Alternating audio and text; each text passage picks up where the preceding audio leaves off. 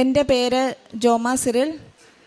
ഞാൻ ആദ്യമായി കൃപാസനത്തിൽ വന്ന ഉടമ്പടി എടുത്തത് 17/4/2024 ഇതെൻ്റെ ഹസ്ബൻഡാണ്, സിറിൽ സിറിയാക്. എനിക്ക് 2 മക്കളുണ്ട്. മൂത്ത മോൻ എഡ്വിൻ സിറിൽ, അവൻ 4ാം ക്ലാസ്സിൽ പഠിക്കുന്നു. ഇളയ മോള് ഇവാന മരിയ സിറിൽ, അവൾ UKGയിലാണ് പഠിക്കുന്നത്. എനിക്ക് നിന്നെക്കുറിച്ചൊരു പദ്ധതിയുണ്ട്, അതൊരിക്കലും നിൻ്റെ നാശത്തിനുള്ളതല്ല, നിൻ്റെ ക്ഷേമത്തിനുള്ളതാണ്. ജെറമിയ 29:1 നമ്മളോട് വചനം സംസാരിക്കുന്നുണ്ട്. ഞാൻ പാരാമിലിറ്ററിയിൽ ഒരു ഇൻസ്പെക്ടറായിട്ട് വർക്ക് ചെയ്യുന്നു, സശസ്ത്ര സീമാബൽ, ആസാമിൽ ഞാൻ പോസ്റ്റഡാണ്. 2023 നവംബർ മാസത്തിൽ ഞാൻ തേജ്പൂരിലുള്ള ഒരു ട്രെയിനിങ് സെൻറ്ററിലാണ് വർക്ക് ചെയ്യുന്നത്. പുതിയതായിട്ട് വരുന്ന ട്രെയിനീസിനെ, പുതിയതായിട്ട് SSC ത്രൂ റിക്രൂട്ട് ആകുന്ന കുട്ടികളെ 1 ഇയർ ട്രെയിനിങ് കൊടുത്ത് ബോർഡറിലേക്ക് വിടുന്നത്, അവിടെ ട്രെയിനിങ് കംപ്ലീറ്റ് ആക്കുന്ന ട്രെയിനറാണ് ഞാൻ. അപ്പോൾ 2023 നവംബറിലാണ് എനിക്ക് അവിടെ വെച്ച് ഭയങ്കരമായ പനിയും ചുമയും ഉണ്ടായി. അപ്പോൾ ഞാൻ ചുമയ്ക്ക് മരുന്ന് ഹോസ്പിറ്റലിൽ പോവുകയും മെഡിസിൻ മേടിക്കുകയും ആൻറ്റിബയോട്ടിക് കഴിക്കുകയും ചെയ്തു. എന്നാൽ ആൻറ്റിബയോട്ടിക് കഴിച്ചിട്ടും എനിക്കെൻ്റെ ചുമയോ പനിയുടെ ക്ഷീണമോ ഒന്നും മാറുന്നില്ലായിരുന്നു. അതിനുശേഷം അവിടെ വെച്ച് ഡോക്ടർ പറഞ്ഞു, അപ്പോൾ ചെറിയൊരു ഭക്ഷണം കഴിക്കാൻ ചെറിയൊരു ബുദ്ധിമുട്ടുണ്ടായിരുന്നു. അപ്പോൾ ഡോക്ടർ പറഞ്ഞു, എന്നാൽ നമുക്ക് അൾട്രാസൗണ്ട് എടുക്കാം. അപ്പോൾ അൾട്രാസൗണ്ടും എൻഡോസ്കോപ്പിക്കും ഡോക്ടർ എഴുതി. അങ്ങനെ അൾട്രാസൗണ്ട് ചെയ്തു. അപ്പോൾ അതിൽ പ്രത്യേകിച്ച് കുഴപ്പമൊന്നുമില്ല. അതിനുശേഷം ഡോക്ടർ ഒരു എൻഡോസ്കോപ്പി ചെയ്തു. എൻഡോസ്കോപ്പിയിലും അതിൻ്റെ റിസൾട്ട് വന്നപ്പോൾ എനിക്ക് പ്രത്യേകിച്ചൊരു കുഴപ്പവുമില്ല. ഗ്യാസ് ട്രബിളിൻ്റെ കുറച്ച് പ്രശ്നങ്ങൾ മാത്രമേ ഉള്ളൂ. അപ്പോൾ ഞാൻ ആ റിപ്പോർട്ട് ഹസ്ബൻഡിന് ഇങ്ങോട്ട് അയച്ചു കൊടുത്തു, കേരളത്തിലെ ഏതെങ്കിലും ഡോക്ടേഴ്സിനെ കാണിച്ച് അതിൽ എന്തെങ്കിലും വ്യത്യാസമുണ്ടോ എന്നറിയാൻ. അപ്പോൾ ഇവിടുത്തെ ഡോക്ടേഴ്സും പറഞ്ഞു അതിൽ പ്രത്യേകിച്ചൊന്നും കാണിക്കുന്നില്ല, കുഴപ്പമില്ല എന്നാണ്. അങ്ങനെ അതിനുശേഷം കുറച്ച് 2 മാസം കഴിഞ്ഞു. മാർച്ചൊക്കെ ആയപ്പോൾ 2023 മാർച്ചൊക്കെ ആയപ്പോൾ 2024 മാർച്ചൊക്കെ ആയപ്പോഴേക്കും എനിക്ക് ഭക്ഷണം കഴിക്കാനായിട്ടുള്ള ബുദ്ധിമുട്ട് കുറച്ച് കൂടി വന്നു. പക്ഷേ എനിക്ക് പനിയൊന്നും മാറുന്നുമില്ല. അപ്പോൾ ആസാമിൽ അവിടെ സാധാരണ ആ സമയത്ത് തണുപ്പൊക്കെയാണ്. അപ്പോൾ എല്ലാവരും പറഞ്ഞത് അലർജീൻ്റെ പ്രശ്നമാണ്, ചുമ മാറാത്തത്. പക്ഷേ എന്തോ എനിക്കൊരു സംശയമുണ്ടായിരുന്നു, ഇതെന്താണ് ഇങ്ങനെ പനി മാറാത്തത്. ഞാനൊരു ട്രെയിനറാണ്, അത്യാവശ്യം ഫിസിക്കലി ഞാൻ ഫിറ്റാണ്, രാവിലെ റണ്ണിങ് ചെയ്യുന്നു. അപ്പം ഇങ്ങനൊരു അസുഖം മാറാതിരിക്കേണ്ട കാര്യമില്ലല്ലോ, എന്തെങ്കിലും എന്താണോ എനിക്കറിയില്ല. ദൈവത്തിൻ്റെ ഒരു കൃപയാണ്. ഞാൻ എന്തായാലും ഒന്നുകൂടെ ടെസ്റ്റ് ചെയ്യാൻ തീരുമാനിച്ചു. അങ്ങനെ മാർച്ചിൽ വീണ്ടും ഞാൻ ആ ഹോസ്പിറ്റലിൽ തന്നെ, ഒരു മൾട്ടി സ്പെഷ്യാലിറ്റി ഹോസ്പിറ്റലാണ്, അവിടെ പോയി വീണ്ടും അൾട്രാസൗണ്ട് എടുത്തു. അപ്പോൾ ഡോക്ടർ പറഞ്ഞു ഒരു ഗ്യാസ്ട്രിക് വോൾ തിക്കനിങ് ആണ്. അപ്പോൾ ഡോക്ടർ പറഞ്ഞു നമുക്ക് വേറൊരു എൻഡോസ്കോപ്പി ചെയ്യാം. അങ്ങനെ എൻഡോസ്കോപ്പി ചെയ്തുകൊണ്ടിരുന്നപ്പോൾ ഡോക്ടർ പറഞ്ഞു നമുക്ക് ബയോപ്സിക്ക് വിടണം, ഇത് വയറ്റിലെന്തോ ചെറിയൊരു ഇത് കാണിക്കുന്നുണ്ട്, അപ്പോൾ അത് ബയോപ്സിക്ക് വിടണം. അങ്ങനെ ഡോക്ടർ അത് ബയോപ്സിക്ക് വിട്ടു. ബയോപ്സിയുടെ റിസൾട്ട് എനിക്ക് കിട്ടിയത് മാർച്ച് 30 ആയിരുന്നു. ഞാനും കുഞ്ഞുങ്ങളും മാത്രമേ ഉള്ളൂ ആസാമിൽ, അവരവിടെയാണ് പഠിക്കുന്നത്. ഹസ്ബൻഡ് ഇവിടെ ജോലി ചെയ്യുവാണ് പാലായിൽ. അപ്പോൾ ഞാനും കുഞ്ഞുങ്ങളും മാത്രമേ ഉള്ളൂ. അപ്പോൾ ബയോപ്സിയുടെ റിസൾട്ട് കയ്യിൽ കിട്ടിയപ്പം അതിൽ ക്യാൻസറാണ്, സ്റ്റൊമക്ക് ക്യാൻസർ സ്റ്റേജ് 3. അപ്പോൾ ഞാൻ പെട്ടെന്ന് ഹസ്ബൻഡിനെ വിളിച്ചു, ക്യാൻസറാണ്, സ്റ്റേജ് 3 ആണ്, ഇനി എന്ത് ചെയ്യും എന്നൊരു ഇതായിരുന്നു. അപ്പോൾ ഞാൻ ആദ്യം പറഞ്ഞത് എനിക്ക് ആദ്യം കൃപാസനത്തിൽ പോയി ഒരു ഉടമ്പടി എടുക്കണം എന്നാണ് അവിടെ വെച്ച് പറഞ്ഞത്.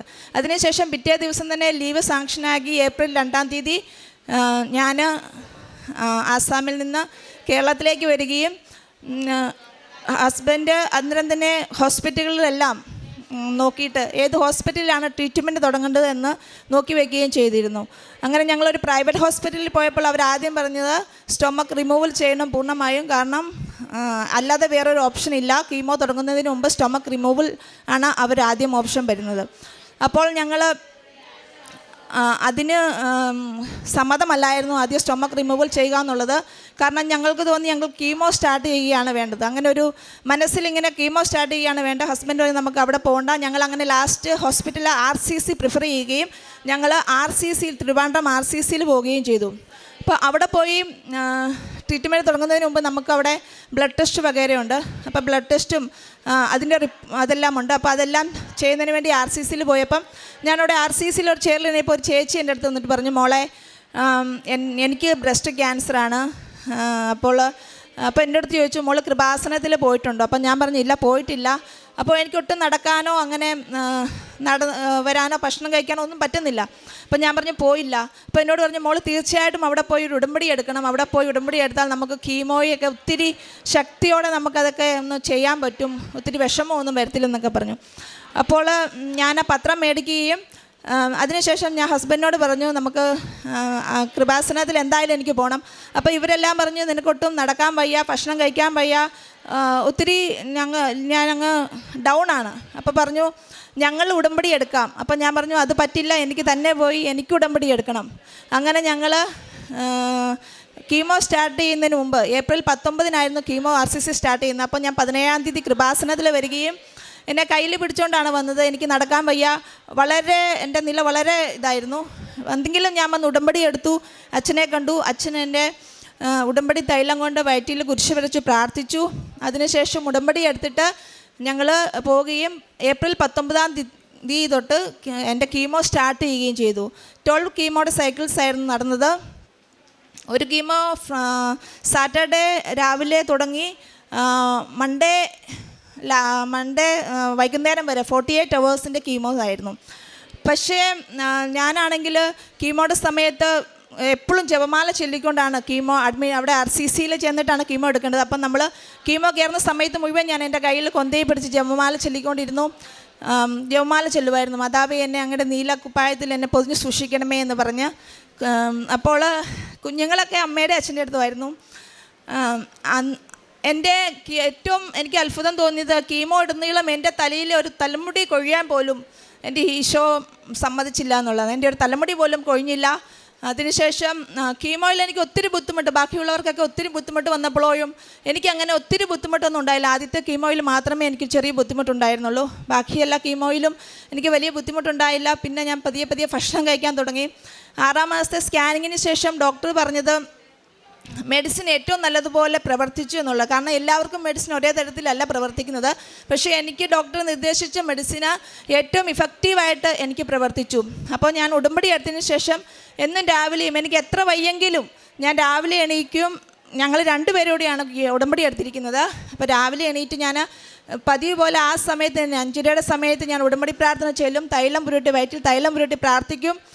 പിന്നെ എവിടെയൊക്കെ എനിക്ക് വേദനയുണ്ടോ കീമോയിൽ എടുക്കുമ്പോൾ കീമോയുടെ പിക്കിലൈൻ ഇട്ടിരിക്കുന്ന കയ്യിലായിരുന്നു. അപ്പോൾ ഈ കൈ കൊണ്ട് നമുക്കൊന്നും ചെയ്യാൻ പറ്റത്തില്ല. 6 മാസം വെള്ളം നനയ്ക്കാനോ ഒന്നും പറ്റിയില്ല. അപ്പോൾ ഹസ്ബൻഡായിരുന്നു എൻ്റെ കൂടെ നിന്ന് എല്ലാം ചെയ്തു തന്നിരുന്നു. അപ്പോൾ കീമോ പിക്കിലൈൻ ഇട്ടിരിക്കുന്ന ലൈനിലും പിന്നെ എവിടെയൊക്കെ വേദനയുണ്ടോ അവിടെയൊക്കെ ഞാൻ തൈലം തട്ടി പ്രാർത്ഥിക്കുമായിരുന്നു. എനിക്ക് അങ്ങനെ എനിക്കൊരു പേടിയില്ലായിരുന്നു. എനിക്ക് എന്തെങ്കിലും സംഭവിക്കും എന്നൊരു പേടി എനിക്ക് ഒരിക്കലും തന്നിട്ടില്ല പരിശുദ്ധാത്മാവ്. ഞാനിങ്ങനെ എനിക്ക് ധൈര്യം കൂടി വരികയാണ് ചെയ്തത്. അല്ലാതെ ഞാനിങ്ങനെ അതിനെക്കുറിച്ച് കുറച്ച് ദുഃഖിക്കുകയോ, കാരണം നമ്മൾ RCCയിൽ ചെല്ലുമ്പോഴാണ് ഉണ്ടായ കുഞ്ഞുങ്ങൾ മുതൽ കയ്യിൽ പിക്കിലാനിട്ട് കീമോയ്ക്ക് വേണ്ടി വരുമ്പോൾ നമുക്ക് എന്തുകൊണ്ട് ഇത് പറ്റിയെന്ന് ഒരിക്കലും നമ്മൾ ചിന്തിക്കത്തില്ല. കുഞ്ഞുങ്ങളെ കാണുമ്പോൾ നമുക്ക് ധൈര്യം വർദ്ധിക്കുകയാണ് ചെയ്യുന്നത്. ഇത്രയും കുഞ്ഞുങ്ങൾക്ക് ഇത് സഹിക്കാൻ പറ്റുമെങ്കിൽ. അപ്പോൾ അന്നേരമാണ് നമുക്ക് തോന്നുന്നത് നമ്മുടെ ജോലിയോ നമ്മുടെ വസ്ത്രമോ നമുക്കുള്ള സമ്പത്തോ ഒന്നുമല്ല നമുക്ക് പ്രധാനപ്പെട്ടത് എന്ന് നമുക്ക് ആ നിമിഷം നമുക്ക് RCCയിൽ ചെല്ലുമ്പോഴാണ് മനസ്സിലാകുന്നത്. ഒരു രോഗം വന്നാൽ എല്ലാം നഷ്ടപ്പെടാമെന്നുള്ളതേ ഉള്ളൂ. നമുക്ക് എത്ര പൈസ ഉണ്ടെങ്കിലും ഒരു രോഗം വന്നാൽ നമുക്ക് രക്ഷപ്പെടാൻ പറ്റുകയില്ല. ദൈവമല്ലാതെ വേറെ ആരെയും നമ്മെ രക്ഷിക്കാനുമില്ല. അങ്ങനെ 6-ാം മാസത്തെ കീമോ കഴിഞ്ഞപ്പോൾ സ്കാൻ ചെയ്തു. അൾട്രാസൗണ്ട് സ്കാൻ ചെയ്തപ്പോഴാണ് അതിൽ ഒത്തിരി ഇഫക്റ്റീവായിട്ട് മെഡിസിൻ പ്രവർത്തിച്ചു. അതിനുശേഷം 8-ാമത്തെ കീമോ കഴിഞ്ഞപ്പോൾ ഡോക്ടർ പറഞ്ഞു ആൻറ്റിബോഡിയിൽ എന്തെങ്കിലും വേറെ എവിടെയെങ്കിലും ക്യാൻസർ ഉണ്ടെന്ന് നമുക്കൊരു ബയോപ്സി ചെയ്യാം. അങ്ങനെ ബയോപ്സി ചെയ്തു. ബയോപ്സിയുടെ ഇത് നമ്മൾ തന്നെയാണ് കൊണ്ട് കൊടുക്കുന്ന ബയോപ്സി. അപ്പോൾ ബയോപ്സിയുടെ എടുത്തപ്പോൾ ഞാൻ ആ ബോട്ടിലിനകത്ത് ഉടമ്പടി തൈലം കുരിശ് വരച്ചിട്ടാണ് ഞാൻ ബയോപ്സിക്ക് അത് അയച്ചത്. പ്രാർത്ഥിച്ചു. ഒത്തിരി എൻ്റെ കയ്യിൽ എപ്പോഴും ജപമാലയുണ്ട്. ജപമാല ഞാൻ എപ്പോഴും ചൊല്ലിക്കൊണ്ടിരുന്നു. അപ്പോൾ എന്തൊക്കെയായാലും അതിൽ ബയോപ്സിയുടെ റിപ്പോർട്ട് വന്നപ്പോൾ അത് നെഗറ്റീവായിരുന്നു. ഭയങ്കര അത്ഭുതമായിട്ട് അത് നെഗറ്റീവ് റിപ്പോർട്ട് വന്നപ്പോൾ ഡോക്ടർ പറഞ്ഞു ഏതായാലും നമ്മൾ 12 കീമോ ചെയ്തല്ലോ, നമുക്ക് 8 കീമോ ആയി, നമുക്ക് 12 കീമോ കണ്ടിന്യൂ ചെയ്യാം. അങ്ങനെ ഞങ്ങൾ 12 കീമോ കണ്ടിന്യൂ ചെയ്തു RCCയിൽ. അതിനുശേഷം ഡോക്ടർ പറഞ്ഞു നമുക്ക് ടാബ്ലറ്റിൻ്റെ ഇനി ടാബ്ലറ്റ് മതി, യൂസ് ചെയ്താൽ മതി. അങ്ങനെ എനിക്ക് ടാബ്ലറ്റ് നിർദ്ദേശിച്ചു. അങ്ങനെ ഞങ്ങൾ വീണ്ടും 18-ാം തീയതി കഴിഞ്ഞ മാസം 18-ാം തീയതി ഞങ്ങൾ 18-ാം തീയതി സ്കാൻ ചെയ്തു, CT സ്കാൻ ചെയ്തു. അതിനുശേഷം 6 സൈക്കിൾ ടാബ്ലറ്റ് ചെയ്തു. ഇപ്പോൾ CT സ്കാൻ ചെയ്തപ്പോൾ അതിൽ റിസൾട്ട് വന്നത് എൻ്റെ ക്യാൻസർ പൂർണ്ണമായിട്ടും കൺട്രോളിലാണ്, ഒന്നും പേടിക്കാനില്ലെന്നാണ് ഡോക്ടർ പറഞ്ഞത്. അങ്ങനെ ഞാൻ ഡോക്ടറിനോട് ഫിറ്റ്നസ് സർട്ടിഫിക്കറ്റ് ചോദിക്കും. അങ്ങനെ ഫിറ്റ്നസ് സർട്ടിഫിക്കറ്റ് ഡോക്ടർ എനിക്ക് ചെയ്ത് ഞാൻ കഴിഞ്ഞ ദിവസം 2 ദിവസം മുമ്പ് ഞാൻ ആസാമിൽ പോയി എൻ്റെ ജോലി ജോയിൻ ചെയ്തതിന് ശേഷം 6 മാസത്തെ ലീവ് എടുത്തിട്ടാണ് ഞാൻ വന്നിരിക്കുന്നത്. അപ്പോൾ ഞാൻ ഉടമ്പടി 2 പ്രാവശ്യം പുതുക്കി. രണ്ടാമത് പുതുക്കിയതിന് ശേഷമാണ് ഞാൻ എൻ്റെ ലാസ്റ്റ് സ്കാനിങ്ങിന് വേണ്ടി ഞാൻ ചെയ്യുന്നത്. അപ്പോൾ അതിൽ എൻ്റെ ക്യാൻസർ സെൽസ് ഒന്നും അതിലില്ല. എങ്കിലും നമ്മൾ അതിലെ പ്രിവെൻറ്റീവ് മെഷേഴ്സ് എന്ന രീതിയിൽ അതിൻ്റെ മരുന്ന് കഴിക്കണം എന്നാണ് ഡോക്ടർ പറഞ്ഞത്. പക്ഷേ എനിക്കറിയാം എൻ്റെ ഈശോ ഒരിക്കലും അത് തിരിച്ചു വരാൻ ഇടയാക്കിയെന്ന് എനിക്കറിയാം. എൻ്റെ പേര് സിറിൽ. ഞാൻ പതിവായിട്ട് ബൈബിൾ വായിക്കുന്ന ശീലമൊക്കെ ഉണ്ടായിരുന്നു. അതിൽ ഏറ്റവും കൂടുതൽ എനിക്ക് ഇഷ്ടപ്പെട്ട ഒരു വചനം, എന്നും വായിക്കുന്നൊരു വചനം, യെശയ്യാ 43:2. അഗ്നിയിലൂടെ നടന്നാൽ നിനക്ക് പൊള്ളലേൽക്കുകയില്ല, ജ്വാല നിന്നെ ദഹിപ്പിക്കുകയില്ല. കൃപാസന അമ്മയ്ക്കും പരിശുദ്ധ തിരുക്കുമാരനും ഒരുപാട് നന്ദി. ഇപ്പോഴിവിടെ നിൽക്കുമ്പോഴും വൈഫിന് ഈ അസുഖത്തെക്കുറിച്ച് പൂർണ്ണമായ കാര്യങ്ങൾ ധാരണയില്ല. എൻ്റെ അനിയനും അനിയത്തിയും 2 പേരും നേഴ്സുമാരാണ്. അപ്പോൾ മാർച്ച് മാസത്തിൽ 2023 മാർച്ച് 30 ഈ റിപ്പോർട്ട് ക്യാൻസർ പോസിറ്റീവായിട്ടുള്ള റിപ്പോർട്ട് വന്നപ്പോൾ എനിക്കത് വൈഫ് അയച്ചു തന്നു. എനിക്ക് ആ സമയത്ത് വളരെ ഡെസ്പായി പോയി. എല്ലാവരും വളരെയധികം തകർന്നു പോകുന്നൊരു നിമിഷമാണ്.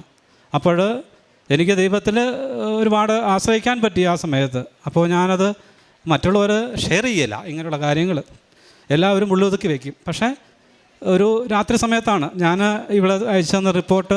അതിൻ്റെ മെഡിക്കൽ ടൈംസൊക്കെ വ്യത്യസ്തമാണ്. ഈ ക്യാൻസർ 20 ലക്ഷത്തിൽ ഒരാൾക്ക് വരുന്ന ക്യാൻസറിൽ ഏറ്റവും വൃത്തികെട്ടതായിട്ടുള്ളൊരു ക്യാൻസറാണ്. അതെനിക്ക് മനസ്സിലായത് ഞാനന്ന് രാത്രി 2 മണി 3 മണി വരെ കേരളത്തിലുള്ള ഒരുമാതിരിപ്പെട്ട എല്ലാ ഹോസ്പിറ്റലുകളും, വൈഫ് ആസാമിലാണ്, വരുന്ന വഴി നമുക്കിവിടെ വന്ന എത്രയും പെട്ടെന്ന് സ്റ്റേജ് 3 ക്യാൻസറാണെന്ന് വിളിച്ച് പറഞ്ഞു. അപ്പോൾ ഞാൻ ഇവിടെ ഹോസ്പിറ്റലിൽ പോയി, പലയിലും ഗവൺമെൻറ് ഹോസ്പിറ്റലിൽ പോയി കൺഫേം ചെയ്തു, ഇത് ഡേഞ്ചർ ആണെന്ന് പറഞ്ഞു. അപ്പോൾ രാത്രി 2 മണി 3 മണി വരെ ഞാൻ ഇതുമായിട്ട് ബന്ധപ്പെട്ട് ഞാൻ അനിയനെ വിളിച്ചു, അനിയനെ മെസ്സേജ് ചെയ്തു, അനിയത്തിക്ക് മെസ്സേജ് ചെയ്തു. അവർ അവിടുത്തെ ഡോക്ടേഴ്സുമായിട്ടൊക്കെ കൺസൾട്ട് ചെയ്തു. അതിനുശേഷം പറഞ്ഞു, എന്നോട് അനിയത്തി പറഞ്ഞത് നീ മിറക്കിളിന് വേണ്ടി പ്രാർത്ഥിക്കാനാണ്, മിറക്കിളിന് വേണ്ടി പ്രാർത്ഥിക്കാൻ. അപ്പോൾ വൈഫിന് ടിക്കറ്റ് ചെയ്തു. 5-ാം തീയതി ഏപ്രിൽ മാസം 5-ാം തീയതി 2023 ഏപ്രിൽ മാസം 5-ാം തീയതി ഞങ്ങൾ കാരിത്താസ് ഇവിടുത്തെ ഹോസ്പിറ്റലിൽ, പ്രൈവറ്റ് ഹോസ്പിറ്റലിൽ നമ്മുടെ പെറ്റ് സ്കാനിന് വേണ്ടിയിട്ട് ഡേറ്റ് എടുത്ത് വൈഫ് വരുന്നതിന് ഇപ്പുറം തന്നെ തലേദിവസം പോയി ഡോക്ടറെ കണ്ട് റിപ്പോർട്ട് കൊടുത്ത് സ്കാനിങ്ങിനുള്ള ഇതെല്ലാം ചെയ്തു. അതിനുശേഷം അതിൻ്റെ സ്ലൈഡ് വാങ്ങിച്ചുകൊണ്ട് ഞാൻ സ്റ്റൊമക് റിമൂവൽ സർജറി എനിക്ക് നേരത്തെ തന്നെ അമേരിക്കയിൽ നിന്ന് എൻ്റെ അനിയത്തി അമേരിക്കയിൽ അവിടെ ഡോക്ടറെ കാണിച്ച് സ്റ്റൊമക് റിമൂവലാണ്. സ്റ്റൊമക് റിമൂവ് ചെയ്ത് കഴിഞ്ഞാൽ പെട്ടെന്ന് റിക്കവർ ആകത്തില്ല. ഏകദേശം 1 മാസത്തോളം എക്സ്റ്റേണൽ ട്യൂബിട്ട് കിടക്കണം. നേഴ്സായിട്ടുള്ള ആളുകളുടെ കെയർ വേണം. ഇതിൻ്റെ എക്സ്റ്റേണൽ ബാഗിൻ്റെയൊക്കെ അതിൻ്റെയൊക്കെ മെയിൻ്റനൻസും എല്ലാം നമ്മൾ സാധാരണക്കാരെ കൊണ്ട് ചെയ്യാൻ പറ്റുന്നൊരു കാര്യമല്ല. പിന്നെ സ്റ്റൊമക് റിമൂവ് ചെയ്ത് കഴിഞ്ഞാൽ പിന്നെ നമുക്ക് വേറെ സ്റ്റൊമക്ക് ഇല്ല. അപ്പോൾ നമുക്ക് ഭക്ഷണം കഴിക്കാനും ഒക്കെ ബുദ്ധിമുട്ട്, എത്ര നാൾ മുന്നോട്ട് പോകുമെന്ന് പോലും അറിയത്തില്ലാത്തൊരു അവസ്ഥയിലായിരുന്നു. അപ്പം വൈഫിനെ എന്നോട് പറഞ്ഞു, അനിയത്തി പറഞ്ഞു, നിനക്ക് കരയാനും പറയാനുള്ളതൊക്കെ പറഞ്ഞ് തീർക്കുക, അവിടെ വന്നു കഴിഞ്ഞപ്പോൾ നീ സ്റ്റേബിളായിട്ട് നിൽക്കുക. അപ്പോൾ ഞാനെന്നും വായിക്കുന്ന ഒരു വചനമാണ്, അഗ്നിയിലൂടെ നടന്നാലും നിനക്ക് പൊള്ളലേൽക്കുകയില്ല, ജ്വാല നിന്നെ ദഹിപ്പിക്കുകയില്ല. യെശയ്യാ 43:2. അതുപോലെ യെശയ്യാ 41:1-16 ഞാനെന്നും വായിക്കുന്ന തിരുവചനങ്ങളാണ്. വൈഫ് പറഞ്ഞ് ജെറമിയായുടെ നിന്നെക്കുറിച്ചൊരു പദ്ധതിയുണ്ട്, അതിൻ്റെ നാശത്തിൻ്റെ പദ്ധതി എന്നുള്ള വചനമൊക്കെ വായിക്കുന്നതാണ്. അപ്പോൾ സ്റ്റൊമക് റിമൂവൽ സർജറി എന്നുള്ളത് വൈഫ് വരുന്നതിന് മുമ്പ് എനിക്കറിയാമായിരുന്നു. എന്തായാലും പരിശുദ്ധ അമ്മയുടെ മാധ്യസ്ഥശക്തിയാൽ ഞങ്ങൾക്ക് ഇതെല്ലാം തരണം ചെയ്യാനുള്ള നേരിടാനുള്ള ശക്തി ലഭിച്ചു. അപ്പോൾ അങ്ങനെ ആശ്വസിച്ചെന്ന് ഞാൻ സ്റ്റൊമക് റിമൂവൽ ഓൾറെഡി നമുക്ക് അറിയാവുന്നത് കൊണ്ട്, അതിൻ്റെ കോംപ്ലിക്കേഷൻ എല്ലാം അറിയാവുന്നത് കൊണ്ട് ഇതിൻ്റെ റിപ്പോർട്ട് 4 ദിവസം കൊണ്ടേ വരത്തുള്ളൂ. പെറ്റ് സ്കാൻ റിപ്പോർട്ട് 4 ദിവസം കൊണ്ടേ വരത്തുള്ളൂ. അപ്പോൾ ഞാൻ ഡോക്ടറോട് പറഞ്ഞു, എനിക്ക് ഇതിൻ്റെ 2 റിപ്പോർട്ട് വേണം, 2 CD വേണമെന്ന് പറഞ്ഞിരുന്നു. അപ്പം എൻ്റെ ഉദ്ദേശം CD കൊണ്ട് നമ്മൾ RCC കൊണ്ട് ചെയ്യാൻ വേണ്ടിയിട്ടാണ്. അപ്പോൾ ഞാനിത് ഷെയർ ചെയ്ത് എൻ്റെ സുഹൃത്തുക്കൾ എന്നോട് ഷെയർ ചെയ്തപ്പോഴെല്ലാം എൻ്റെ ദൂതന്മാരെ നിനക്ക് മുമ്പേ അയക്കുമെന്ന് സങ്കീർത്തനം 91 പറയുന്നുണ്ട്. അപ്പോൾ ഒരുപാട് ദൂതന്മാർ, ഒരുപാട് ആളുകൾ ദൈവദൂതന്മാരെ പോലെ ഞങ്ങളെ വഴി നയിച്ചുകൊണ്ട് വരുമായിരുന്നു. അങ്ങനെ ഒരാൾ എന്നോട് പറഞ്ഞു, നീ ഏത് പ്രൈവറ്റ് ഹോസ്പിറ്റൽ എവിടെയെല്ലാം പോയി. ഞാൻ ഒരുപാട്, ഇവിടെ മാത്രമല്ല, കോട്ടയത്ത് മാത്രമല്ല, അമൃത അടക്കം എറണാകുളത്തൊക്കെയുള്ള വലിയ വലിയ ഹോസ്പിറ്റലെല്ലാം ഞാൻ അവിടെയുള്ള ആളുകളുമായിട്ട് ബന്ധപ്പെട്ട് ഇനി എന്താ ചെയ്യേണ്ടത്. ഇപ്പോൾ അമേരിക്കയിലാണ് പെങ്ങൾ, വേണ്ടി വന്നാൽ അമേരിക്ക വരെ കൊണ്ടുപോയി ട്രീറ്റ്മെൻറ്റ് ചെയ്യാം എന്നുള്ള രീതിയിൽ എന്ത് ചെയ്ത് നമുക്ക് രക്ഷിക്കണം എന്നുള്ളൊരു കാഴ്ചപ്പാടിലാണ് മുന്നോട്ട് പോയത്. പക്ഷേ RCC ചെന്ന് ഈ റിപ്പോർട്ട് വരുന്നതിന് ഇപ്പുറം തന്നെ നമ്മുടെ പെറ്റ് സ്കാൻ്റെ CD കൊണ്ടുപോയി RCC 6-ാം തീയതി കൊണ്ട് കാണിച്ചപ്പോൾ അവർ ഡോക്ടർ പറഞ്ഞു രക്ഷിക്കാൻ പറ്റാവുന്ന സ്റ്റേജ് കഴിഞ്ഞു പോയി, സ്റ്റൊമക്ക് റിമൂവൽ എന്നുള്ളൊരു സംഭവത്തിലാണ് ഞാൻ മുന്നോട്ട് ചെല്ലുന്നത്. അപ്പോൾ എനിക്കറിയാം സ്റ്റൊമക്ക് റിമൂവൽ, അത് കഴിഞ്ഞ ശേഷമുള്ള ബാക്കിയുള്ള കാര്യം. വൈഫിനൊന്നും അതിനെക്കുറിച്ചൊരു ധാരണയുമില്ല, അറിയിക്കാനും പറ്റത്തില്ല. അപ്പോൾ ഡോക്ടർ പറഞ്ഞത് സ്റ്റൊമക്ക് റിമൂവ് ചെയ്താൽ രക്ഷിക്കാൻ പറ്റുന്നൊരു സ്റ്റേജ് കഴിഞ്ഞു പോയി, ഇത് വളരെ റെയറസ്റ്റ് ആയിട്ടുള്ളൊരു ക്യാൻസറാണ്. അപ്പോൾ ഈ ക്യാൻസറിൽ നിന്ന് നമുക്ക് ആളെ രക്ഷിക്കാൻ പറ്റത്തില്ല, ക്യൂറബിൾ അല്ല. അപ്പോൾ നമുക്ക് മാക്സിമം 1 വർഷം എന്നാണ് അന്ന് ഡോക്ടർ പറഞ്ഞത്. അപ്പോൾ വൈഫൊക്കെ ഈ അടുത്ത ദിവസങ്ങളിലാണ് ഇപ്പോൾ ഇത്രയും കാര്യങ്ങളൊക്കെ, ഇങ്ങനെയുള്ള കാര്യങ്ങളൊന്നും വൈഫിനോട് ഷെയർ ചെയ്യാൻ പറ്റത്തില്ല. സ്റ്റേജ് 3 എന്ന് പറഞ്ഞത് ഒരാഴ്ചക്കുള്ളിൽ സ്റ്റേജ് 4ലേക്ക് വന്നു.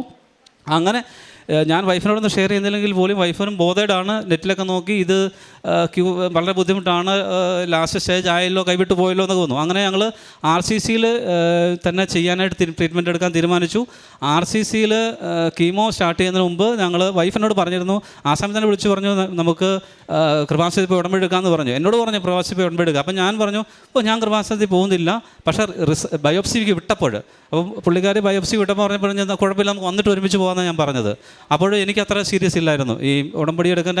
അപ്പോഴും എനിക്ക് ആ ഉടമ്പടിയെക്കുറിച്ച് എനിക്ക് ഉടമ്പടി എടുക്കാനുള്ളൊരു ഇതിലായിരുന്നില്ല ഞാൻ. അങ്ങനെ ഇത് റിസൾട്ട് വന്ന് പോസിറ്റീവാണ്, ക്യാൻസർ ആണെന്ന് കൺഫേം ചെയ്തു. 30-ാം തീയതി റിസൾട്ട് വന്നു കഴിഞ്ഞപ്പോഴാണ്, സ്റ്റൊമക്ക് റിമൂവലൊക്കെ വന്നു കഴിഞ്ഞപ്പോഴത്തേനും ഞാൻ തീരുമാനിച്ചു. അപ്പോൾ പിന്നെ സമയമില്ല, ഓടിപ്പോയി ഓരോ കാര്യങ്ങൾ ചെയ്ത് RCC ചെന്നു. ട്രീറ്റ്മെൻറ്റ് 12 കീമോയുടെ സൈക്കിൾ പറഞ്ഞു. അപ്പോൾ കീമോ തുടങ്ങുന്നതിന് മുമ്പ് ഞങ്ങൾ രണ്ടുപേരും ഇവിടെ വന്നിട്ട് ഉടമ്പടി എടുത്തിട്ടാണ് 17-ാം തീയതി മാർച്ച് മാസം 17-ാം തീയതി 2024 ഞങ്ങൾ ഉടമ്പടി എടുത്ത ശേഷമാണ് കീമോ സ്റ്റാർട്ട് ചെയ്യുന്നത്. കീമോ സ്റ്റാർട്ട് ചെയ്ത് കഴിയുമ്പോൾ ഇത് സാധാരണ കീമോ അല്ല, നമ്മൾ ഡോക്ടർ പറഞ്ഞിരുന്നു ഇത് പ്രിവെൻറ്റീവ് മെഡിസിനാണ്. അപ്പോൾ വളരെ ശക്തമായ ഡോസ് കൂടിയ മെഡിസിനാണ്. അപ്പോൾ കയ്യിൽ തൊട്ട് കഴിഞ്ഞാൽ പോലും പുള്ളിക്കാരത്തേക്ക് വേദന എടുക്കുന്നൊരവസ്ഥയായിരുന്നു. ഇവിടുന്ന് കീമോയ്ക്ക് മുമ്പായിട്ട് ഇവിടെ വന്ന് നമ്മൾ ഉടമ്പടി എടുത്ത് പോയ സമയത്ത്, ആ സമയത്തൊക്കെ ഒരു ദിവസം ഒരു കരിക്കിൻ്റെ വെള്ളം പോലും ഫുള്ളായിട്ട് കഴിക്കാൻ പറ്റാത്ത അവസ്ഥയിലായിരുന്നു. ഇവിടെ ഉടമ്പടി എടുത്ത് അച്ഛനെ കണ്ട് അനുഗ്രഹം വാങ്ങിച്ച് പോയി കഴിഞ്ഞ് ഞങ്ങൾ വീട്ടിൽ ചെന്ന് പിന്നെ ഹോസ്പിറ്റലിൽ അഡ്മിറ്റ് ചെയ്ത് ഡ്രിപ്പിട്ടാണ് പുള്ളിക്കാരത്തി സ്റ്റേബിളായത്. എന്നിട്ടാണ് ഞങ്ങൾ ആശുപത്രിയിലേക്ക് പോകുന്നത്. അങ്ങനെ അവിടെ ചെന്ന് ഇതെല്ലാം സ്റ്റാർട്ട് ചെയ്തു. ഈ ഉടമ്പടി തൈലവും ഉടമ്പടി ഉള്ള പ്രാർത്ഥനകളെല്ലാം 5:30 എഴുന്നേറ്റുള്ള പ്രാർത്ഥന, വൈകുന്നേരത്തെ പ്രാർത്ഥന പുള്ളിക്കാരത്തി ഞങ്ങൾ ഒരുമിച്ചാണ് ചെയ്തത്. ഉപവാസം എടുക്കാനായിട്ട് പറ്റാത്തൊരു സാഹചര്യം ആയതുകൊണ്ട് ഞാൻ തന്നെയാണ് ഉപവാസം എടുത്തിരുന്നത്. ബാക്കി എല്ലാ കാര്യങ്ങളും ഞങ്ങൾ ഒരുമിച്ച് ചെയ്യും, പത്രം കൊടുക്കുക, ബാക്കിയുള്ള കാര്യങ്ങൾ. പിന്നെ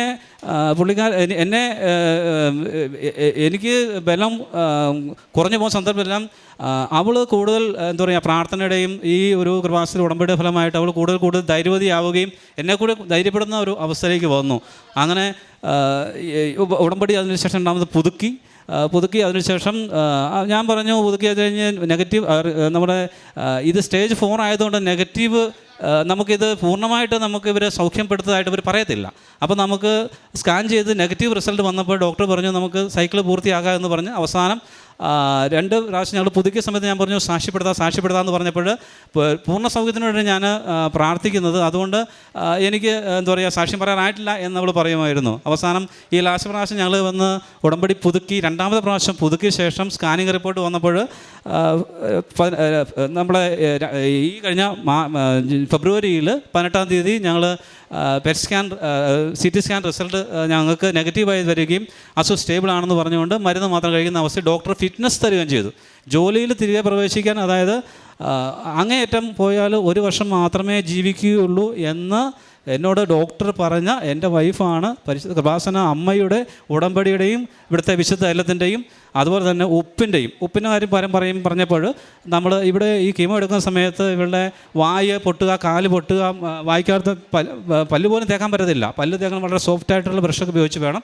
അപ്പോൾ അതിനകത്ത് ഒരു മെഡിസിൻ്റെ കൂട്ടത്തിൽ ഉപ്പിട്ട് വെള്ളം കവിൾ കൊള്ളണമായിരുന്നു. അപ്പോൾ നമ്മൾ കൃപാസനത്തിൻ്റെ ഉപ്പാണ് ഞാനിതിനകത്ത് ഇട്ട് കൊടുത്തിരുന്നത്. അതുപോലെ ഭക്ഷണം കഴിക്കുന്നതിനകത്ത് കഞ്ഞി മാത്രമേ ഉള്ളൂ. കഞ്ഞി എന്ന് പറഞ്ഞാൽ വളരെ ഇതായിട്ട് അടിച്ച് കഴിച്ച് വളരെ ലൂസായിട്ട് നല്ലോണം കോരി കുടിക്കാൻ പാകത്തിന് വിഴുങ്ങാൻ പാകത്തിനുള്ള കഞ്ഞി, അതിനകത്ത് ഉപ്പ് മാത്രം ഇട്ടാണ് ആദ്യകാല കീമോ എല്ലാം കൊടുത്തിരുന്നത്. അപ്പോൾ ഈ ഇവിടുത്തെ കൃപാസനത്തിലെ ഉടമ്പടി തൈലങ്ങളിലെ കൃത്യമായ വിനിയോഗത്തിലൂടെയും ഉടമ്പടി പ്രാർത്ഥനയുടെ കൃത്യമായ ഉപയോഗത്തിലൂടെയും ഞങ്ങൾ അസാധ്യമെന്ന് ഒരു കാര്യം, ദൈവത്തിന് അസാധ്യമായിട്ടൊന്നുമില്ല എന്നുള്ളത് ഞങ്ങളുടെ ജീവിതത്തിലൂടെ ഞങ്ങൾക്ക് സാക്ഷ്യപ്പെടുത്തുകയാണ്. കാരണം ഡോക്ടർ എന്നോട് പറഞ്ഞു, 1 വർഷം അങ്ങേയറ്റം 1 വർഷത്തിൽ കൂടാതെ നിങ്ങൾ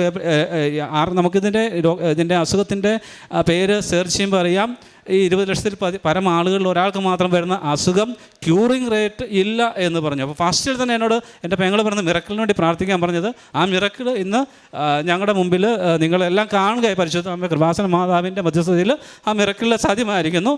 ഡോക്ടർ ഫിറ്റ്നസ് സർട്ടിഫിക്കറ്റ് തരുമെന്ന് യാതൊരു പ്രതീക്ഷയിലുമല്ല പോയത്. അതായത് ഇവൾ പാരാമിലിറ്ററി കോഴ്സ് ഓഫീസറാണ്, അവിടെ ട്രെയിനറാണ്. 1000 പേരുടെ ഒരു ബാച്ച് വരുമ്പോൾ ആ ബാച്ചിന് ട്രെയിനിങ് കൊടുക്കേണ്ട ആളാണ്. അപ്പോൾ അവിടെ പോയി ജോലിക്ക് റീജോയിൻ ചെയ്യണമെങ്കിൽ ഈ സ്റ്റേജ് 4 ക്യാൻസറിലുള്ള ആൾക്ക് ഫിറ്റ്നസ് കിട്ടുക എന്ന് പറഞ്ഞത് അസാധ്യമായ കാര്യമാണ്. ഇപ്പോഴും ഞങ്ങളുടെ ഫാമിലിയിൽപ്പെട്ട ആളുകൾക്കും ഇത്ര വഷളായിട്ടുള്ള സ്റ്റേജിലാണ് ഞങ്ങളുടെ ക്യാൻസർ എന്നുള്ളത് പോലും ആർക്കും അറിയത്തില്ല. ക്യാൻസർ ആണെന്നറിയാം, ആദ്യമൊക്കെ വയറ്റിൽ ആൾസറാണെന്ന് പറഞ്ഞൊക്കെയാണ് ഞങ്ങൾ സ്റ്റേജ്. പിന്നെ ഒരുപാട് പേരെ പ്രാർത്ഥന ഉണ്ടായിരുന്നു. ഇതിനൊക്കെ എനിക്ക് തോന്നുന്നത്, എനിക്കും എൻ്റെ പെങ്ങൾക്കും എൻ്റെ അനിയനും എല്ലാം കൂടി മറ്റുള്ള ആളുകൾ കൂടി ഞങ്ങളെ ജഡ്ജ് ചെയ്യാനായിട്ട് ഘടകമായിട്ടുള്ള മറ്റൊരു ഘടകം കൂടെ ഉണ്ട്. എൻ്റെ അമ്മ ഇവിടെ ഉടമ്പടിയിലാണ്. ഓൾറെഡി എൻ്റെ അമ്മ നേരത്തെ മുതൽ ഉടമ്പടിയിലാണ്, 5-6 പ്രാവശ്യം 6 മറ്റോ പുതുക്കിയിരിക്കുകയാണ്. അപ്പം അമ്മ ഇത് കേട്ടപ്പോൾ തന്നെ ചോദിച്ചു, നമ്മൾ ഇത്ര ഉടമ്പടിയിൽ ഇരിക്കുന്നിടത്ത് എന്തുമാത്രം പ്രാർത്ഥിക്കുന്നിടത്ത് ഇങ്ങനെ പറ്റും എന്ന് പറഞ്ഞ് അമ്മയ്ക്ക് വളരെ ഷോക്കായിപ്പോയി. പക്ഷേ എനിക്ക് മനസ്സിലായി, രോഗത്തിൻ്റെ തീവ്രതയിൽ ആദ്യ കാലഘട്ടങ്ങളിൽ നിങ്ങൾക്ക് ആർക്കും അതിനെക്കുറിച്ച് പറഞ്ഞ ഒരു പക്ഷേ മനസ്സിലാകുകയില്ല. 2 കുഞ്ഞു കുട്ടികൾ മാത്രമായിട്ടിരിക്കുന്ന അവസ്ഥയിൽ ഇതിൻ്റെ വേദന അവൾ തന്നെ ഈ ക്യാൻസർ സ്റ്റേജ് ചെയ്യുന്ന അവസ്ഥയിൽ നിന്ന് ആസാമിൽ നിന്ന് തന്നെ ഫ്ലൈറ്റിൽ 2 കുഞ്ഞുങ്ങളായിട്ട് കൂടുതൽ വേലക്കാരിയുടെ ആ സമയത്ത് ഞങ്ങൾക്ക് ദൈവം അനുഗ്രഹിച്ച് ഞങ്ങൾക്ക് കിട്ടി.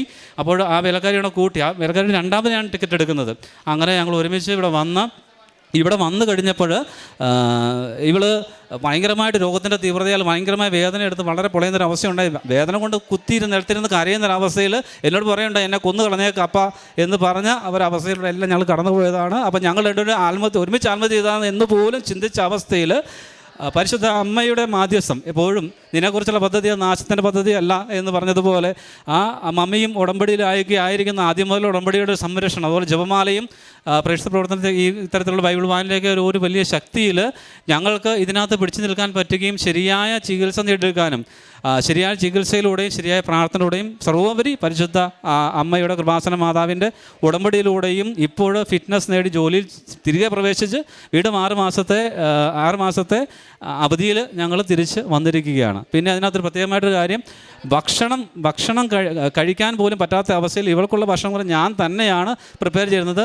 അവളുടെ അമ്മയും 2 അവളുടെ അമ്മയും അച്ഛനും 2 കുട്ടികളെ ഞങ്ങൾ എൻ്റെ വീട്ടിൽ പാലയിലാക്കിയിട്ട് ഞങ്ങൾ 5 മാസം തിരുവനന്തപുരം ആർച്ചിസിൻ്റെ ഗേറ്റിൻ്റെ വാതിക്കൽ ഒരു വീട് വാടകയ്ക്ക് എടുത്ത്, കാരണം കീമോ എടുക്കുന്ന സമയത്ത് ഞങ്ങൾക്ക് പിന്നെ മറ്റുള്ളവരുമായിട്ട് സമ്പർക്കത്തിൽപ്പെടാൻ പറ്റും. ഡോക്ടർ പറഞ്ഞാൽ ഒറ്റേ ഒരു കാര്യമേ ഉള്ളൂ, നിങ്ങൾ എവിടെയെങ്കിലും റൂം എടുത്തിരിക്കുക, ഭക്ഷണം സ്വന്തമായിട്ട് തയ്യാറാക്കി കഴിക്കുക എന്നാണ് പറഞ്ഞത്. അപ്പോൾ അവൾക്കുള്ള ഭക്ഷണം വരെ ഞാൻ വളരെ കഷ്ടപ്പെട്ട് ഈ പറഞ്ഞ പോലെ കഞ്ഞിയൊക്കെ 15-16 വിസിലൊക്കെ അടിച്ച് കൊടുത്തിട്ട് കോരി കൊടുത്തിട്ട് അവസ്ഥയിൽ ഞങ്ങൾ RCCയിൽ ഇങ്ങനെ പോകുന്ന സമയത്ത് ഞായറാഴ്ച RCCയിൽ അപ്പോൾ നമുക്ക് കാരുണ്യപ്രവർത്തികൾ ഉടമ്പടി ഭാഗമായിട്ട് ബാക്കിയുള്ള കാര്യങ്ങളൊക്കെ ചെയ്യുന്നൊരു കാരുണ്യപ്രവർത്തി ഞങ്ങൾ പോകാൻ പറ്റുന്നില്ല. വിശുദ്ധ കുർബാനയിൽ ആദ്യത്തെ 3 മാസത്തോളം ഞങ്ങൾക്ക് പുറത്ത് ബന്ധമില്ല, ആശുപത്രി പോകുന്നു വരുന്നു, അങ്ങനെ ഇരിക്കുന്ന അവസ്ഥയിൽ അവൾ എന്നോട് പറഞ്ഞു കാരുണ്യപ്രവർത്തികൾ ചെയ്യണം, നമുക്ക് കടമയുണ്ട്.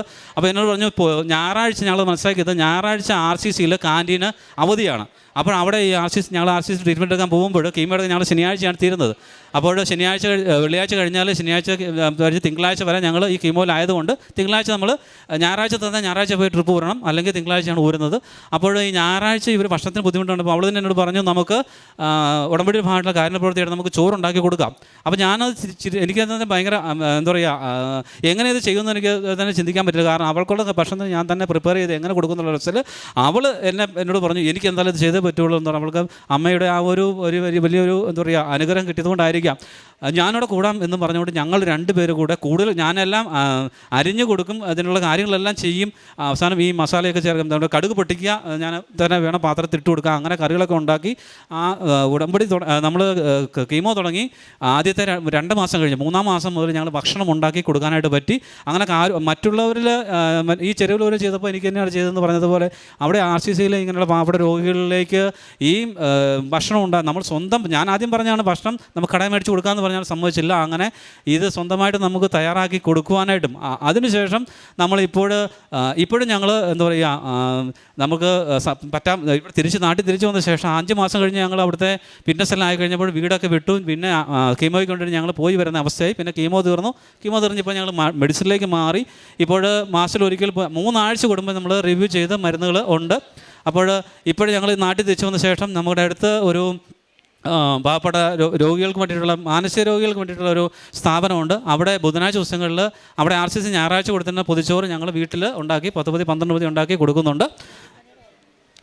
അപ്പോൾ ദൈവത്തിനൊന്നും അസാധ്യമല്ല എന്നുള്ളത് നമ്മളെക്കുറിച്ച് നമുക്ക് നാശത്തിനുള്ള ക്ഷേമത്തിൻ്റെ പദ്ധതിയാണ്. എത്ര വലിയ താഴ്ചയിൽ വീണ് പോയാലും രക്ഷിക്കാൻ പറ്റാതെ വിധം അവൻ്റെ കരം മുറുകി പോയിട്ടായില്ലെന്നും ഒക്കെ ഞങ്ങൾക്ക് മനസ്സിലായി. അപ്പോൾ ഇത്രയും വലിയ അനുഗ്രഹം ഞങ്ങൾക്ക് നൽകിയ പരിശുദ്ധ അമ്മയ്ക്കും തിരുക്കുമാരനും ഒരുപാട് നന്ദി. എനിക്ക് ഇതിലൂടെ ഒരു വലിയ ഇത് ലഭിച്ചത്, ഒരിക്കലും നമ്മൾ വിശുദ്ധ കുർബാനയ്ക്ക് ഒരിക്കലും പോകാതിരിക്കില്ല. ഞാൻ എന്നും വിശുദ്ധ കുർബാനയ്ക്ക് പോയി പങ്കെടുത്തിരുന്നു. എന്നും വിശുദ്ധ കുർബാന സ്വീകരിക്കുമ്പോൾ ഞാൻ ദൈവത്തിനോട് ഇതാണ് പ്രാർത്ഥിച്ചുകൊണ്ടിരുന്നത്: ദൈവമേ, എന്നെ അങ്ങ് ഔഷധമോ ഒന്നുമല്ല സൗഖ്യപ്പെടുത്തുന്നത്, അങ്ങാണ് സുഖപ്പെടുത്തുന്നത്, അങ്ങയുടെ ശരീരവും രക്തവുമാണ് എന്നെ സുഖപ്പെടുത്തുന്നത് എന്ന് പറഞ്ഞുകൊണ്ടാണ് ഞാൻ എന്നും വിശുദ്ധ കുർബാനയ്ക്ക് സ്വീകരിച്ചുകൊണ്ടിരുന്നത്. എനിക്ക് പറ്റുന്നിടത്തോളം ഇപ്പോൾ ഞാൻ മുടങ്ങാതെ വിശുദ്ധ കുർബാനയിൽ പങ്കെടുത്തിരുന്നു. കീമോ കഴിഞ്ഞിട്ടാണെങ്കിലും ഞാൻ വിശുദ്ധ കുർബാന ഒരിക്കലും ഒഴിവാക്കിയിട്ടില്ല. പറ്റുന്നിടത്തോളം നമുക്ക് വിശുദ്ധ കുർബാന നമ്മൾ പങ്കുകൊള്ളണം, വിശുദ്ധ കുർബാന സ്വീകരിക്കണം, ജപമാല ചെല്ലണം.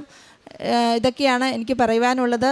എൻ്റെ ഈശോയ്ക്കും പരിശുദ്ധ അമ്മയ്ക്കും 1000 എനിക്കൊരു പുതിയ ഒരു ജീവിതം നൽകിയതിന്, മരിച്ചു പോകുമെന്ന് പറഞ്ഞെടുത്ത് നിന്ന് എന്നെ പിടിച്ചെഴുന്നേൽപ്പിച്ച് പുതിയൊരു ജീവിതം തന്നതിന് ഞാൻ അമ്മയ്ക്കും എൻ്റെ ഈശോയ്ക്കും 1000 നന്ദി പറയുന്നു. അതുപോലെ തന്നെ എനിക്ക് വേണ്ടി പ്രാർത്ഥിച്ച ഒത്തിരി പേര് ഉണ്ട്, ഒത്തിരി ആൾക്കാർ എനിക്ക് വേണ്ടി മധ്യസ്ഥം പ്രാർത്ഥിച്ചിട്ടുണ്ട്. അവർക്കെല്ലാവർക്കും നന്ദി പറയുന്നു. അതുപോലെ തന്നെ RCCയിലെ ഡോക്ടേഴ്സ്, നഴ്സസ്, അവരൊക്കെ നമ്മൾ പറയും മാലാഖമാരും നേഴ്സുമാർ. അവിടെ ചെല്ലുമ്പോഴാണ് നമുക്ക് മനസ്സിലാകുന്നത് ശരിക്കും മാലാഖമാർ തന്നെയാണ് നേഴ്സുമാരെന്ന് നമുക്ക് അവിടുത്തെ നേഴ്സുമാരെക്കുറിച്ചും പറയാൻ സാധിക്കും. ഡോക്ടർ അനൂപായിരുന്നു എന്നെ ട്രീറ്റ് ചെയ്ത്. ഡോക്ടറിനും ഒരുപാട് നന്ദി. എനിക്ക് വേണ്ടി പ്രാർത്ഥിച്ച എല്ലാവർക്കും നന്ദി. ജെറമിയ 30:12-17 തിരുവചനങ്ങൾ. കർത്താവ് അരുളി ചെയ്യുന്നു: സുഖപ്പെടുത്തുവാനാവാത്ത വിധം നിനക്ക് ക്ഷതമേറ്റിരിക്കുന്നു, നിൻ്റെ മുറിവ് ഗുരുതരമാണ്. ഞാൻ നിനക്ക് വീണ്ടും ആരോഗ്യം നൽകും, നിൻ്റെ മുറിവുകൾ സുഖപ്പെടുത്തും. ജോമാസ്തിരിൽ എന്ന ഈ മകളുടെ വളരെ അപൂർവമായ ക്യാൻസർ രോഗത്തിന് പരിശുദ്ധ കൃപാസന മാതാവിൻ്റെ ഉടമ്പടിയെടുത്ത് പ്രാർത്ഥിക്കുകയും വിശ്വസ്തതയിൽ ജീവിക്കുകയും ചെയ്തതിലൂടെ ലഭിച്ച വലിയ രോഗസൗഖ്യത്തെയാണ് ഈ അൾത്താരയിൽ ഈ മകളും ജീവിത പങ്കാളിയും ചേർന്ന് സാക്ഷ്യപ്പെടുത്തിയത്. ഈ മകളും ജീവിത പങ്കാളിയും സൂചിപ്പിക്കുന്നുണ്ട്, 20 ലക്ഷം പേരിൽ ഒരാൾക്ക് വരുന്ന ക്യാൻസർ, അത് നിമിഷ നേരം കൊണ്ട് വളരെയധികം സ്പ്രെഡ് ചെയ്യുന്ന ക്യാൻസർ, ആഴ്ചകൾക്കുള്ളിൽ സ്റ്റേജുകൾ മാറി അവസാന സ്റ്റേജ് എത്തുന്നത്, തുടങ്ങിയാൽ ഏതാണ്ട് 1 വർഷത്തിനുള്ളിൽ മരണം വന്നെത്തുന്ന ക്യാൻസർ, ഇൻക്യൂറബിൾ, ചികിത്സയില്ല, സൗഖ്യപ്പെടലില്ല എന്ന് ഡോക്ടർമാർ ഇന്ത്യക്കകത്തും പുറത്തുമുള്ളവർ ഇവരോട് തന്നെ ആവർത്തിച്ച് സൂചിപ്പിച്ച ക്യാൻസർ രോഗത്തിൻ്റെ സൗഖ്യപ്പെട്ട സാക്ഷ്യമാണ് ഈ അൾത്താരയിൽ ഈ ദമ്പതികൾ പങ്കുവയ്ക്കുന്നത്.